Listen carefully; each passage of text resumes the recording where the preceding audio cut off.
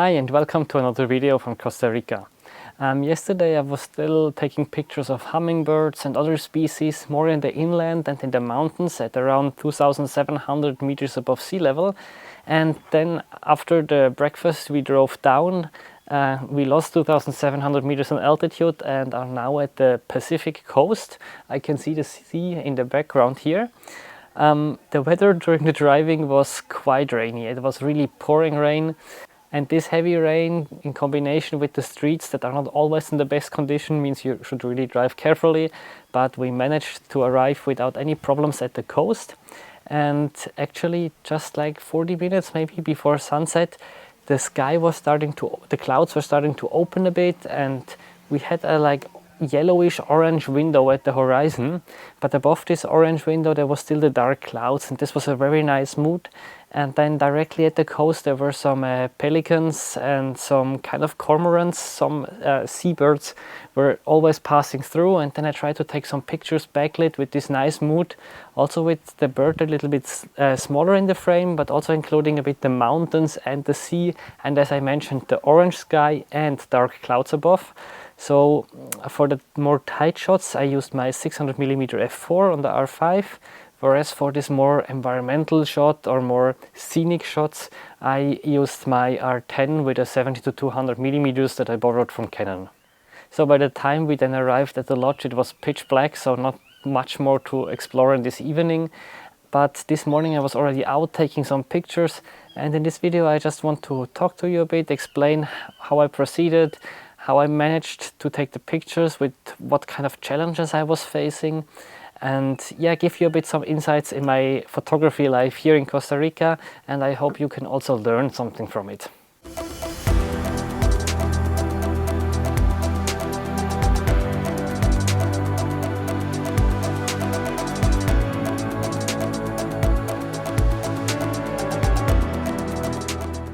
Many lodges here have a big private property. This specific lodge here doesn't really have a forest reserve. I would say it's more like open land, so some agricultural fields and some groups of trees here and there, but not really a dense forest.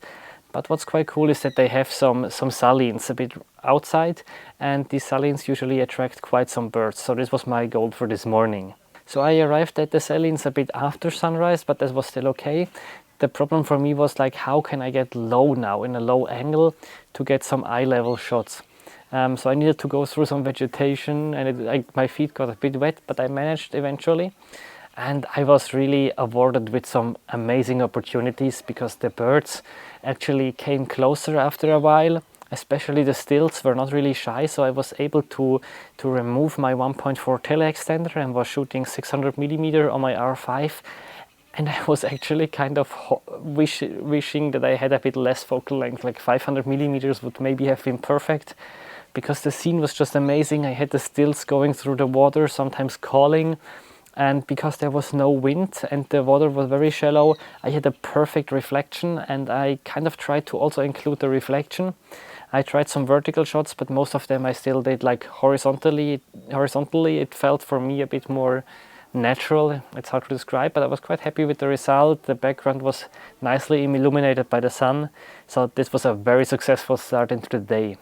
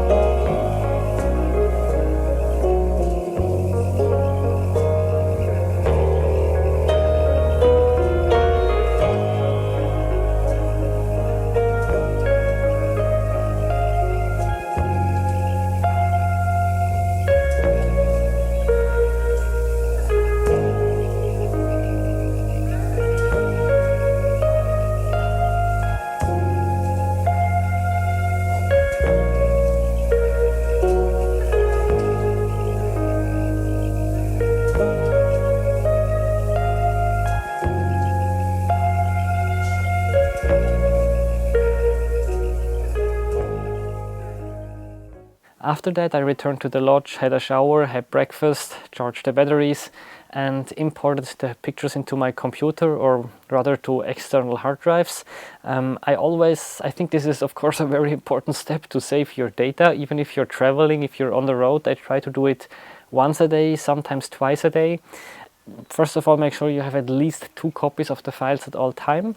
And I also think it's a good idea to already start sorting the pictures and get that nice kind of an overview.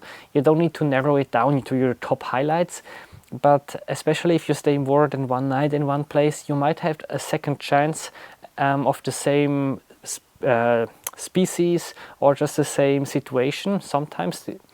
And if you don't look at the pictures at all, I feel like you're missing out a chance to improve yourself. So sometimes I get an overview and I think, they're all okay, but they're all a bit the same, they're a bit boring. And next time I want to go out and try some silhouettes, or I want to try some backlit, of course, weather permitting, but that's the idea. Or sometimes I might realize, oh, the eye of the bird is sharp, but in all these pictures, the feathers on the plumage on the rest of the bird, like around the belly, or especially the tail, is already blurry because I had a too shallow depth of field. So next time I go out, I will try the same, but maybe closing the aperture a bit more. So in short, I usually don't spend a lot of time editing pictures or something. It's just sorting them, getting an overview, usually like maybe 1 or 2 hours a day. This depends a bit on the day. And the most important step again is just backing up your data to have them safe. So I'm equipped with my RF 100-500 and the R5, and I'm walking a bit around the lodge here. As you can see, there are several small bungalows or cabins. They have inside basically 1 room plus the bathroom, and then 2 chairs, a small table and a hammock outside. So I was using this space before for sorting a bit the picture. It's quite a nice environment with the view on the sea in the background. And usually around the lodge you can find some quite cool photo opportunities, because often in these more like garden-like environments, the animals are a bit less shy. They are more used to people, therefore you can approach them better. And it's sometimes a bit easier with the background that you can choose, because the vegetation is not so dense, you have more light. So I actually quite enjoy also just walking around the lodge, taking some pictures there. This is the car park, and as you can see, there is only 1 car that I was parking here. So we're actually the only guests here at the lodge, which is kind of cool, because you get still quite some questions and stares sometimes if you walk around with a 600mm f4 lens. So I kind of appreciate the quietness, the calmness here. And at the moment it's quite sunny, so I hope that there will be some clouds a bit later. I actually needed to interrupt the video for a second because there was some kind of vulture just here in the parking, and it wasn't ideal with the light. As I said, it's too sunny at the moment, but I managed to take some portraits, some headshots when he was in the shadow, and I think they turned out quite cool, at least for the beginning. Behind me you can see the restaurant area where you can have meals, and there is free cold water and coffee all time, which is amazing. And actually in the roof I discovered during breakfast that there are some bats that are like resting there, and very cool to see. So 1 or 2 were flying in and out, but of course mostly they're nocturnal, so you will see them during the night, not during the day. And behind me you can see the Pacific. It's a bit distant, but you can see the Pacific, some hills and mountains. So yeah, it's really completely different than it was 2 days ago in the mountains in the rainforest. And here is also a small, or not so small, here is a swimming pool. I have actually not used it so far because I was just busy, as I said, this morning, taking pictures and sorting them. And I actually hope that a bit later today we will have some clouds. This was how the weather was the last few days. Always nice sunlight in the morning, and then it was a bit too harsh for a few hours, but this was good to sort some pictures. And in the afternoon it was starting to get cloudy, sometimes even rainy, meaning you could continue taking pictures even if it was in the middle of the day. So I hope that today will be similar and we will get some clouds eventually, and then I will just keep going around the lodge. I will maybe then trade my RF 100-500 for the 600mm, just because the background blur is just nicer, and most of the species here are not huge. So with 600mm you can get nice pictures, but they're not too big in the frame. If I shoot more close-up subjects like the butterflies before or hummingbirds, then I almost prefer the 100 to 500 because you're more versatile, you get a bigger magnification, and to be honest, if you are so close to the subject, I anyway prefer to stop down a bit. So hummingbirds with f4 at 600 millimeter, there is not a lot of depth of field, so only a part of the hummingbird will be sharp. So here I actually prefer the 100 to 500. Next to me you can see a small bush with many flowers and so many butterflies. I mean, coming from Central Europe, this is just crazy. They're so colorful. They're small butterflies, big butterflies. I really have not seen something like this in my whole life in the wild, in the nature, and even in some kind of zoos or butterfly gardens, or how you would call them. Even there, I have not observed this density. It's crazy, and I try to take some pictures. They're not extremely shy, but they still don't like if you move too much around them. So first I try with the 100 millimeter macro. On the R10 it was okayish, but actually I prefer to use the R5 with the 100 to 500 millimeters. Just means I can work with a bit more distance. Right now the sun is way too harsh, but there are some parts of the bush that are still in the shadow, so there it's okay. And what I tried before, just to take pictures where there is shadow, and then try to have a nice background, and then you can still take pictures at 10 or 11 in the morning. The climate here is also completely different than it was in the mountains 2 days ago. So it's quite humid, hot, a bit over 30 degrees. So a bit like Costa Rica, like I imagined it.